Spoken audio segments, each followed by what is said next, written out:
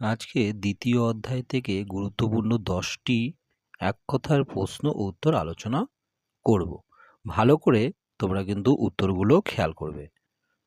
প্রথম প্রশ্নে আসছি, স্কুল বুক সোসাইটি কবে প্রতিষ্ঠিত হয়? 1817 খ্রিস্টাব্দে। দ্বিতীয় প্রশ্ন, স্কুল বুক সোসাইটি কী উদ্দেশ্যে প্রতিষ্ঠিত হয়? বাংলা ও ইংরেজি ভাষায় পাঠ্যপুস্তক রচনার জন্য।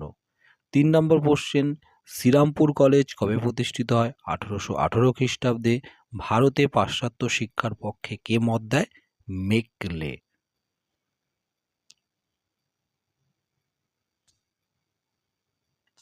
5 নম্বর কোশ্চেন, হিন্দু কলেজ কবে প্রতিষ্ঠিত হয়? 1817 খ্রিস্টাব্দে। 6 নম্বর কোশ্চেন, ভারতে প্রথম পাশ্চাত্য শিক্ষার সূত্রপাত ঘটে কোথায়? বাংলায়। 7 নম্বর কোশ্চেন, পটলডাঙ্গা একাডেমির বর্তমান নাম কি? Hare school.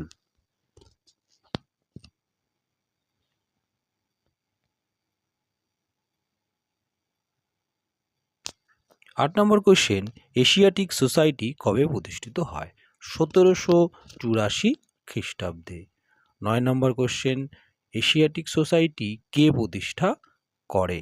Sir William Jones. 10 number question, সাধারণ জনশিক্ষা কমিটি কবে গঠিত হয়? 1823 খ্রিস্টাব্দে।